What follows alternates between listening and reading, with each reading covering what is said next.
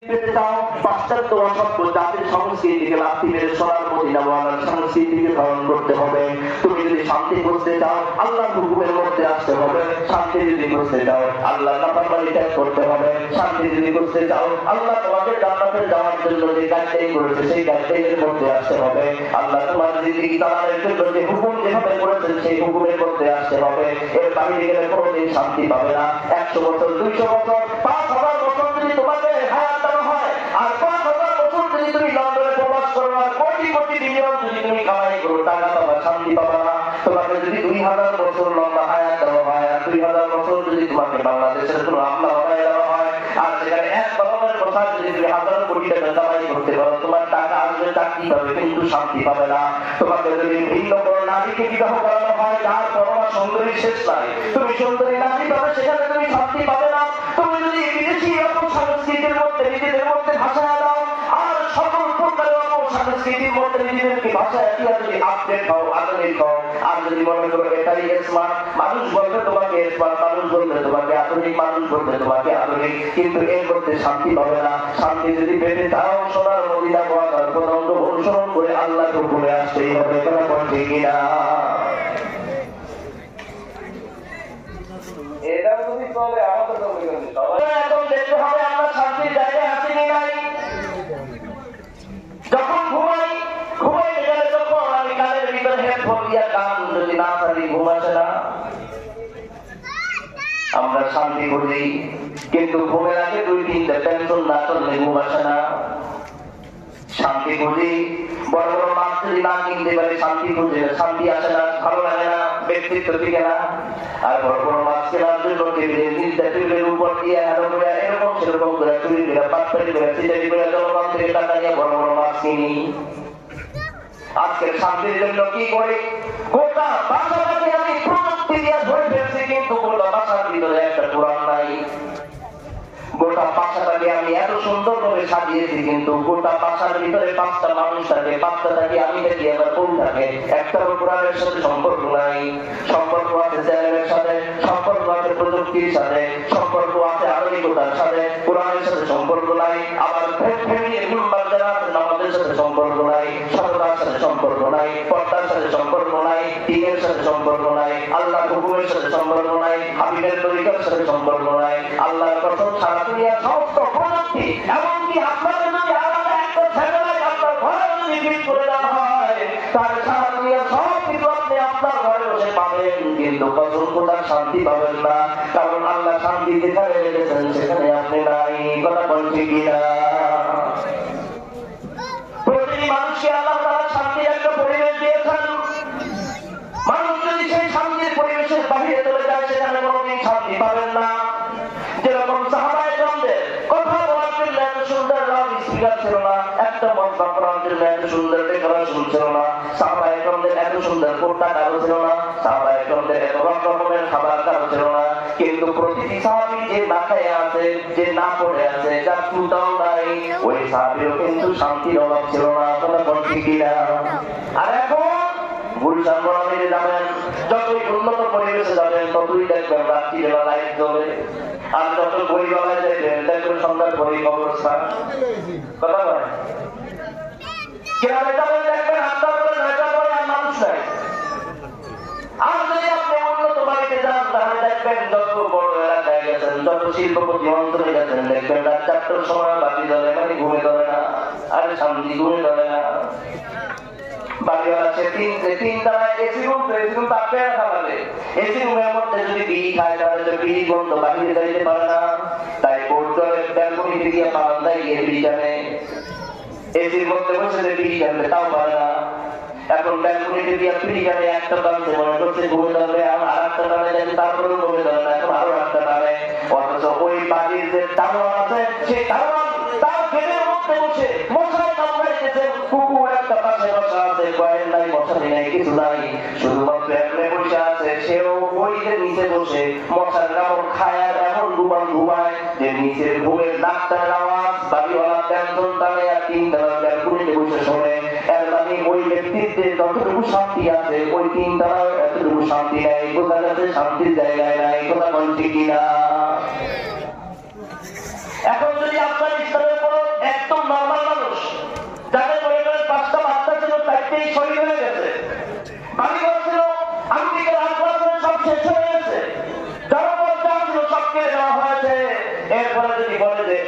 এতদিন পর্যন্ত আফ্রিকার পুতুল সরকার চালাইছে, এখন আবার ইসলামী হুকুমত কায়েম হয়েছে, তোমরা এখন কেমন আছো? আপনি আপনার থেকে আপনার গরিব থেকে গরিব সবচেয়ে যুদ্ধের মধ্যে সবচেয়ে বেশি ক্ষতিগ্রস্ত যে ব্যক্তি হয়েছে তাকেও যদি বলেন এতদিন তো পুতুল সরকার কত প্রযুক্তি দিয়ে তোমাদেরকে চালাইছে, কত সুযোগ সুবিধা দিয়েছে, আর এখন তো আপনার ইসলামী সরকার, এখন কেমন আছো? তারা বলবে আগের থেকে এখনই ভালো আছি। তোমার তো সব বিশ্বাস, তারপরেও ভালো আছি কেন? এখন দিন আছে, আগে দিন ছিল না, দিন আছে তো শান্তি আছে, দিন নাই তো শান্তি নাই, কথা বলছি কিনা? আজকে আমরা ব্যবসা করি, ব্যবসার মধ্যে দিন নাই তো ব্যবসার মধ্যে শান্তি থাকবে কেমনে? আমরা চাকরি করি, চাকরির মধ্যে দিন নাই তো চাকরির মধ্যে শান্তি থাকবে কেমনে? প্রকাশ করি কিন্তু প্রকাশে দিন নাই তো সেখানে শান্তি থাকবে কিভাবে? পরিবার আছে কিন্তু দিন নাই তো সেই পরিবারে শান্তি থাকবে কিভাবে? সমাজ আছে তো সমাজে দিন নাই তো সেই সমাজে শান্তি আসবে কিভাবে? রাষ্ট্র আছে, রাষ্ট্রে দিন নাই তো সেই রাষ্ট্রে শান্তি আসবে কিভাবে? রাজনীতি আছে তো রাজনীতিতে দিন নাই তো সেই রাজনীতিতে শান্তি আসবে কিভাবে? অর্থনীতি আছে কিন্তু অর্থনীতিতে দিন নাই তো সেই অর্থনীতিতে শান্তি আসবে কিভাবে? পররাষ্ট্রনীতি আছে কিন্তু পররাষ্ট্রনীতিতে দিন নাই তো সেই পররাষ্ট্রনীতিতে ইসলাম আসবে কিভাবে? স্বরাষ্ট্রনীতি আছে কিন্তু সেই স্বরাষ্ট্রনীতিতে দিন নাই তো সেখান থেকে শান্তি আসবে কিভাবে? আমাদের সচিবালয় আছে, সেক্রেটারিয়েট আছে, কিন্তু সেখানে দিন নাই তো সেখান থেকে শান্তির ফায়সালা হবে কিভাবে? আমাদের সংসার আছে কিন্তু সংসারে দিন নাই তো সেই সংসার থেকে ইসলামের ফায়সালা, শান্তির ফায়সালা কিভাবে হবে? গণভবন আমাদের আছে কিন্তু গণভবনে দিন নাই তো সেখান থেকে ইসলাম শান্তি কিভাবে আসবে? বঙ্গভবন আছে কিন্তু সেখান থেকে দিন নাই তো সেখান থেকে শান্তি আসবে কিভাবে? সুতরাং শান্তি যদি পেতে চাও, রান্নাঘর থেকে পার্লামেন্ট পর্যন্ত সব জায়গায় ইসলামের বছর জ্বালায় দাও। আল্লাহর কসম দুনিয়ার ভিতরে বসেই জান্নাতের জবাব পাওয়া যাবে, কথা বলছি কিনা? সাহাবায়ে কেরামদের ব্যাপারে ইমাম মালিক জি চমৎকার বলেছেন, হে পৃথিবীর মানুষ, তোমরা যদি শান্তি করতে চাও, উম্মতে মুহাম্মাদের প্রথম জামাতটা যেই পথে গেছে সেই পথে যাও, সেখানে শান্তি পাবে। উম্মতে মুহাম্মাদের প্রথম যে জামাতটা সাহাবায়ে কেরাম তারা যে পথে গিয়েছেন শান্তির জন্য, আমাদেরকে সেই পথে যাওয়ার জন্য বলেছেন। কিন্তু আমরা দেখি কি আশ্চর্য, এই উম্মতের প্রথম জামাত সাহাবায়ে কেরাম যে পথে গেছে সেখানে কিন্তু স্মার্টফোন ছিল না, ছিল কথা বলে না, ছিল। তারা যে গেছে, তারা যে পথে গেছে সেখানে একটু মুখ মুছবে, মুখ মুছার জন্য একটা পাতলা টিস্যু ছিল না। তারা যে পথে গেছে সেখানে কথা বলার জন্য স্পিকার ছিল না। তারা যে পথে গেছে সেই পথে চলার জন্য ভালো একটা পেজ রাস্তা ছিল না। তারা যে পথে গেছে সেই পথে তো ভালো খাবারের ব্যবস্থা ছিল না। তারা যেই পথে গেছে সেই পথে তো ভালো কাপড়ের ব্যবস্থা ছিল না। তারা যেই পথে গেছে সেখানে একটু ভালো শোয়ার জায়গাও ছিল না। তারা যেই পথে গেছে সেখানে চলার জন্য ভালো একটা যানবাহনও ছিল না। কিন্তু বিশ্বের ভিতরে উম্মতে মুহাম্মাদি মুহাম্মদ সাল্লাল্লাহু আলাইহি ওয়াসাল্লাম দুনিয়া আবির্ভাব হওয়ার পরে আজ পর্যন্ত যত যুগ গেছে, যত সিস্টেম গেছে, সবচেয়ে সবচেয়ে সবচেয়ে সুন্দর, সবচেয়ে আদর্শ, সবচেয়ে শান্তির জায়গা ছিল সাহাবায়ে কেরাম। কিচ্ছু ছিল না, তারপরেও শান্তি ছিল, কারণ তারা শান্তির জায়গায় ছিল। কথা বলছি কিনা? শান্তির জায়গা কোনটা? ইসলাম। কোনটা? সাহাবায়ে কেরামদের কিচ্ছু ছিল না, কিন্তু আল্লাহ যেখানে শান্তি রাখছে সেই জায়গাটা ছিল, যার কারণে কিছু না থাকার মধ্যেও সেখানে শান্তি ছিল। আর আমাদের সব আছে, সব আছে, এখানে বসে আমেরিকায় যে ভয়াবহ আগুন জ্বলতেছে সেই আগুনের খবর এখন নিয়ে ফেলতে পারি। লন্ডনে আমার ছেলে আছে, এখানে বসে বসে সব কথা বলতে পারি। এখানে আমার এই যে প্রযুক্তিটার মধ্যে আমার দুনিয়ার সব সুকাম আকাম সব কন্ট্রোল করতে পারি, আমার মনের সব চাহিদা পূরণ করতে পারি। আমি এখান থেকে বাড়িতে যাবো, সেখানে বাইরে গিফট নিয়ে আসি, বাস উঠে গিয়ে দেবো, চলে যাবো।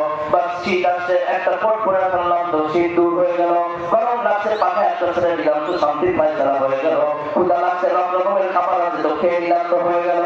অভাব নাই, কোনো কিছুর অভাব নাই, কোনো কিছুর অভাব নাই, তারপরেও শান্তি নাই। কথা বলছি কিনা? তারপরেও শান্তি নাই। এর কারণ হচ্ছে সব আছে, সব আছে, সব আছে, এমনকি যেইগুলো আছে একটার মধ্যে আল্লাহ শান্তি রাখেন নাই, সেইগুলো সব আছে। কিন্তু যেটার মধ্যে শান্তি রাখছিলেন শুধু সেইটা নাই, তো ঘোরার দিন কিছুই নাই। কথা বলছি কিনা?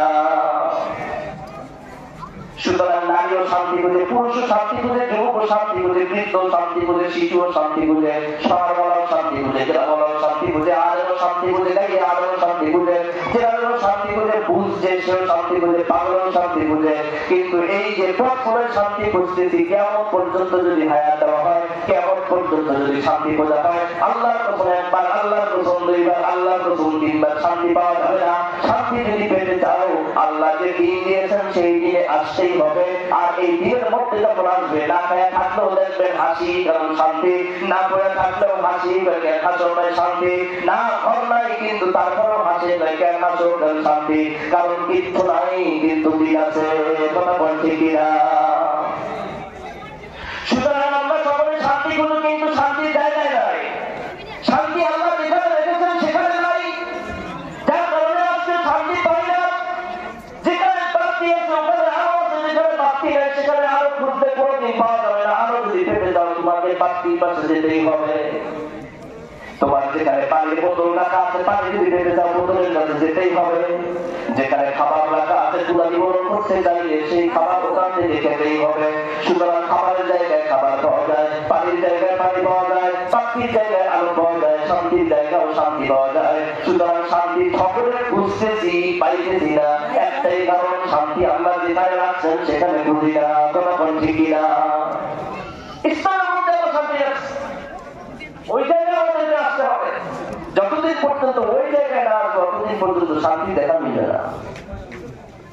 এখন আল্লাহ যে আমাদেরকে ইসলাম দিয়েছেন, সেই ইসলামের রূপরেখা কি? আল্লাহ রাব্বুল আলামিন পবিত্র কোরআনের মধ্যে বলে দিয়েছেন, আল-ইয়াওমা আকমালতু লাকুম দীনাকুম ওয়া আতমামতু আলাইকুম নি'মাতি ওয়া রাদিতু লাকুমুল ইসলাম দীনান। আল-ইয়াওমা আকমালতু লাকুম, তোমাদের জন্য পরিপূর্ণ করেছি, দীনাকুম, তোমাদের দ্বীনকে। যেমন কেহ কথা এদিক সেদিক নেবেন না, যদি নেন কিছু করার নাই। ইসলাম অসাধের সাথে পেশ করা উচিত। আপনি মানবেন কি মানবেন না সেটা আপনার ব্যাপার, কিন্তু ইসলামকে ইসলামের আঙ্গিকেই উপস্থাপন করা উচিত, ঠিক না? কোন সমাজ ব্যবস্থা মানুষ যদি সুদে আক্রান্ত থাকে, এই কারণে সুদের আলোচনা বন্ধ হবে না, এটা উচিত না। সুদের আলোচনা চলতে থাকবে, কেউ পারলে আমল করবে, না পারবে না।